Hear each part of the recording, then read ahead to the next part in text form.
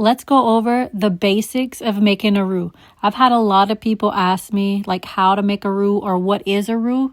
So let's go over it. It's very important that you find a heavy bottom pot. This is an old Magnolite pot, or you can use a cast iron, something that's heavy and has a thick bottom to it. Next, you want a high temp cooking oil, whether it be avocado oil if you're looking for something more healthy, or you can use vegetable canola. Now, if you use olive oil, you got to think that it has a low smoke point, so it will smoke your house out. Now, I don't measure. You can measure if you want. And typically people who do measure out their oil and flour, they do a cup to cup ratio, or they'll do a little bit more of the flour. I just pour things into a pot and stir it until I see the consistency that I like. So this is about a cup of oil, and I'm going to dump flour in there, and I'm going to keep dumping flour several times until I get the consistency that I like. Now you need to find you a good spoon. I like to use wooden spoons.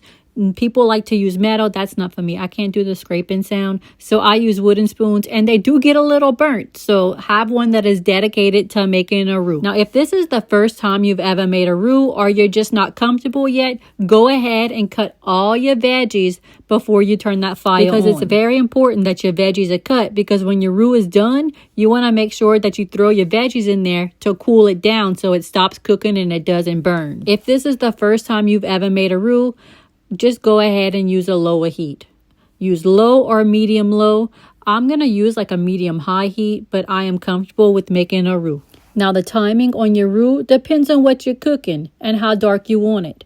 If you like a really dark roux for your gumbo, it might take an hour to get to that dark roux. But if you're just making like a little étouffée and you just want a peanut butter roux, it's only going to take you 25-30 minutes. And all the beautiful different shades of roux that you see here make all different types of food.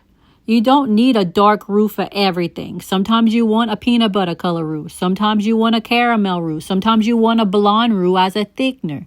So make a roux to whatever color you like. And the number one rule about making a roux is that you have to constantly stir and you can never stop. It's going to feel like your arm is falling off. That means you're doing good. Now, when that roux gets to the color that you want, go ahead and throw in whatever veggies you're going to be using.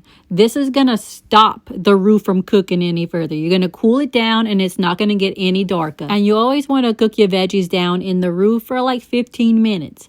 Now you can begin cooking whatever your little heart desires with your roux.